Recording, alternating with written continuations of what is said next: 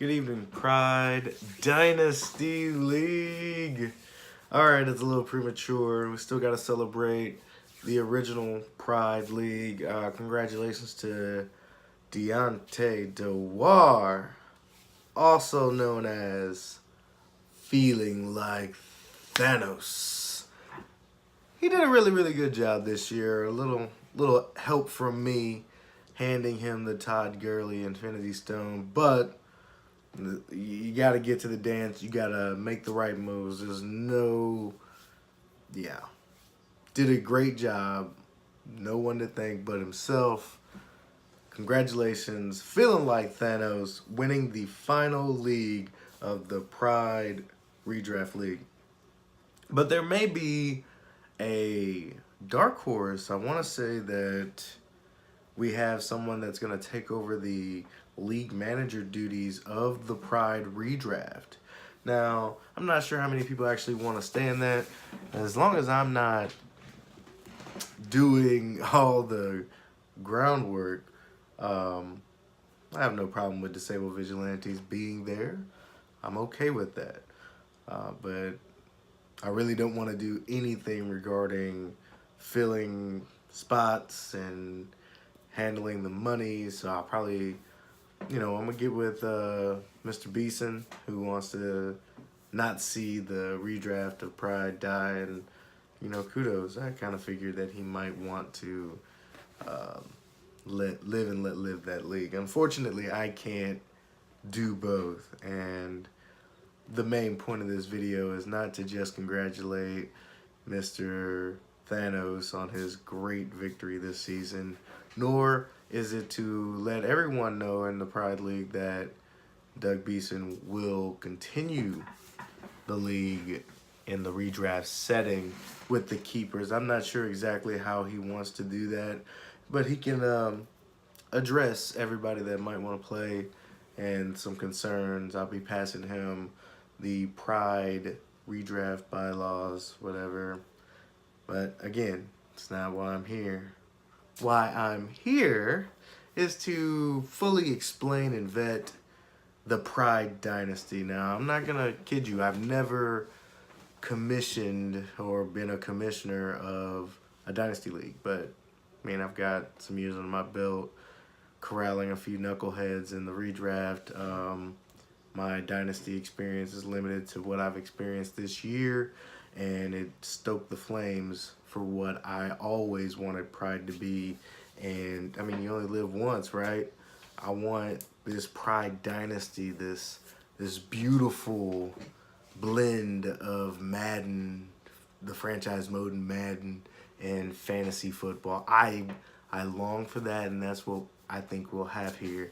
We'll have these franchises that will withstand the test of time, and I just really want some really good owners that love fantasy football and love being entertained. Are you not entertained? But I'll always remember my Pride championship. It was my second championship ever, and after hosting that, it was my only championship in Pride. And after being the commissioner of a league for 7 years, had I not won it, I probably would have been real down on myself. But that's neither here nor there. My 2017 season was one for the history books. It'll always be remembered by those that bore witness to the best two running backs in football, destroying teams. I had like a 300-point gap between me and the previous or the next closest team. I'll never ever forget that championship. Not to diminish, Thanos' championship. It was good, it's good. Just not the best. And when I don't want these videos to be too long, but I definitely need to clarify some things. So I'm gonna go through the bylaws article by article as necessary, because I'd like to, I don't want to insult anyone's intelligence, but the things that I found a little perplexing when I joined the Dynasty League that I'm in, And I'm going to just kind of explain some of the things that might just still be shrouded in darkness. First and foremost, let's go through the summary. The summary is, basically what I'm using to recruit other owners to the league and hoping that it's, what we like. So first and foremost, this is a 14-team league with one division. In the previous Pride, we had 3 divisions with 4 teams in each division. Division leaders went to the playoffs while we had a wild card spot, leaving room for these division leaders that were in these shitty divisions to get into the playoffs at 7-9.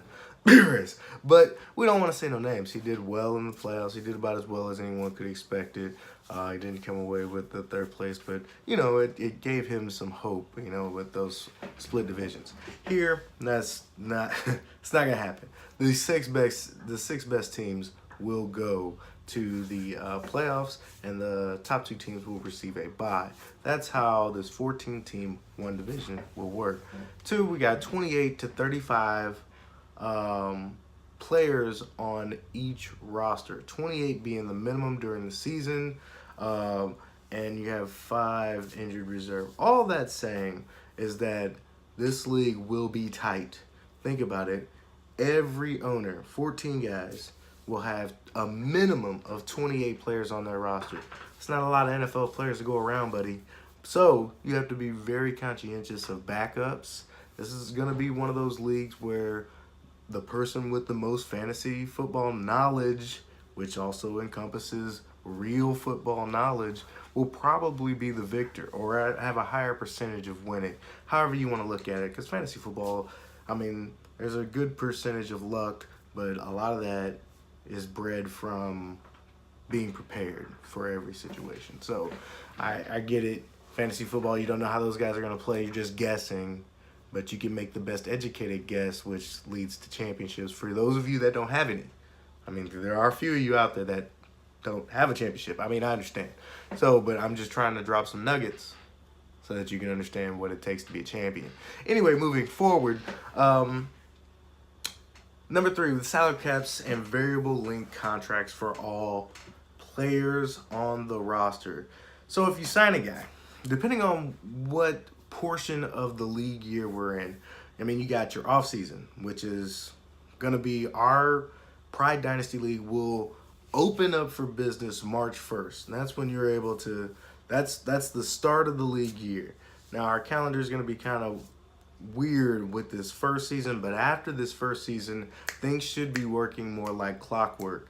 Again, I've never been a league manager of a dynasty before, but being a part of a dynasty this year, I think I kind of can do it without causing a lot of people headaches. I think I can do it pretty smoothly. That's my intentions anyway. We're all human. But the thing is, every player that you have on your roster will be assigned at least a 1-year contract. So if you signed them, they're essentially automatically, unless you've dictated otherwise, in a 1-year contract.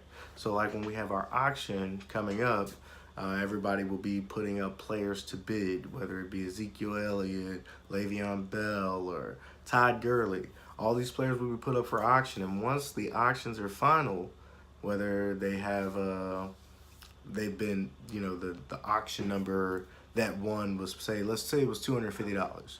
$250 went to the auction of Le'Veon Bell. So $250. Now the owner will have a determined amount of time to claim whether or not he wants that to be a 1-year deal, 2-year deal, 3-year deal, or 4-year deal with a max of 4 years, right? So he could sign Le'Veon Bell for the next 4 years at a $250 contract, knowing that as we progress, the following year on March 1st, salary caps for contracts increase as per the bylaws. And it's something that you can easily calculate, right? So if contracts increase by 25% each year and you've got them at $250, 25% of $250 will be tacked on to Le'Veon Bell's contract for the next year, and so on and so on. So in the third year, you're going to add 25% of the figure of the 250 plus the 25% in the previous season. That's how that works. It's compounding. So you sign a big contract to a long-term deal. By year 4, it might get out of hand to the point where it's crimping a style in your salary cap. It's just something to be aware of. Is that player worth that strenuous part of your salary cap? And that's all up to the individual franchise owner. Now, I'm going to get into that a little bit later. We're already at 10 and a half minutes. I don't want these videos to be too terribly long, so I'm probably going to talk for another 5 minutes or so, and then maybe here in a couple days give you another video that'll go down more of the bylaws. So still in the summary, 4, manage player holdouts and retirements. Apply franchise and transition tax to your players. Your players are going to have sort of a personality going into this, right? Say you picked up Lamar Jackson and you only paid $1 for him, right? So you got Lamar Jackson. He signed to a 3-year deal, and it only cost you $1. Hooray, you're the GM of the year. But let's say he performs at a top 3 quarterback level. This now will give Lamar Jackson some grounds to hold out. You're paying him much less than the top players at his position. This will cause Lamar Jackson to hold out. And the holdout rules, as in the bylaws, will take effect. To combat these players and these situations, I've given you some tools, which is the franchise and transition tags, right? So that you can hold on to these players despite them outperforming, say, what their contract has. This is a very lifelike thing where players in real life, i.e. Le'Veon Bell, holds out in real life. Now here in fantasy, it doesn't really act the same way. If you want to keep that player on your team and he's a holdout status level 1 holdout, you just have to pay him half of what the positions, the top tier of his positions are getting paid, half of the average. So that just gives you an idea that you won't be paying him exactly what he's owed, but it gives you an opportunity to hold on to him until you're able to, or until you want to discard him and let him hit free agency. And you got 2 stages of holdout. Once you get to holdout level 2, there's really no recourse, and the player will probably hit free agency unless some weird rules. But holdout level 1, you definitely have a chance to resign. Holdout level 2, that's when it becomes murky, and that guy will more than likely be a free agent the following season. Moving on, number 5 in the summary, we got 18 starters balanced between offense, defense, and special teams. For realism, I want to reward special teams play, and without the defensive and special teams moniker, I want those individual defensive and offensive players to be able to get special teams points, whether it be yards from a punt and kick return, whether it be from a kicker, kicking field goals, or a punter punting. I wanted special teams to be represented adequately in our league so that all 3 phases can account to someone's victory. Defense can win games, special teams can win games, offense can win games. I wanted that same feel in Pride Dynasty. Moving on, we have 6, which is the 16 playoff structure that I mentioned earlier. The top 6 teams in the standings at the end of the regular season will move on. We have the annual rookie-only draft occurring soon after the NFL draft. That won't be here in 2019.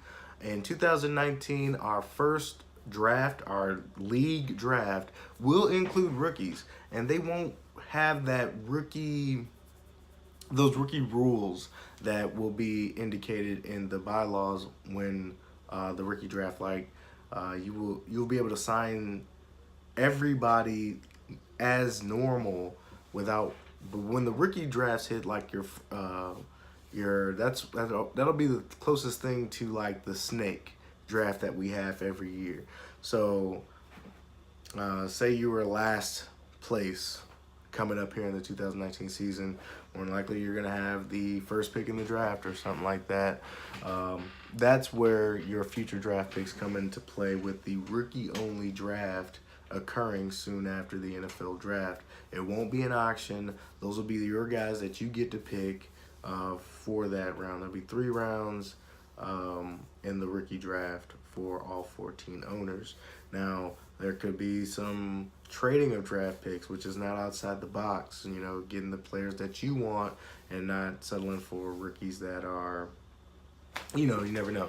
But I mean, think about if you picked up Barkley, Chubb, you know, as running backs from the draft this year, you'd been pretty well off going into the following year, most likely, right? So the rookie draft is not something to be underestimated or overlooked. Next, we have a holdover. Well, number 8 is the annual free agent auction and blind bidding waivers. This is everybody's going to have a carryover of their roster as they see fit, right?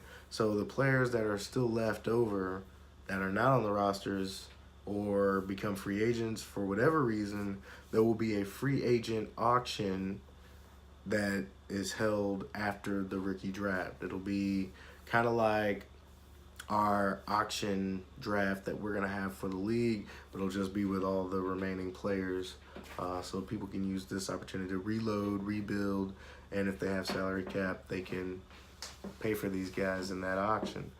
9, we have a holdover, and this is my favorite part. We have a holdover of 25% of the prize pool from years 1 through 3 in order to have more than double prize pools. We call that the Pride year. Year 4, that 4th year, that's the Pride year. And it's going to be, I mean, you have a chance to win up to about $4,500 if you win on that 4th year. Something to incentivize people to want to stay in the league as long as possible. I mean, that's what Dynasty is about, but I understand everybody's got to feel comfortable. And then, you know, sometimes we just have things happen and we just need to replace owners.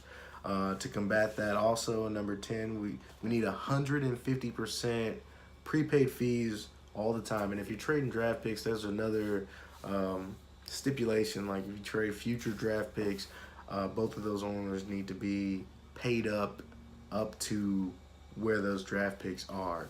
You know, just in case something happens and we need to get new owners. I don't want a guy to come in and have like no draft picks for whatever reason. He shouldn't have to pay for that, whatever. But hopefully we don't have anybody that leaves, but, you know, obviously turnover is an issue. I gave a little example. An owner will pay 100% of the league year 1, so 2019, that's $300, right? For each year, we pay $300.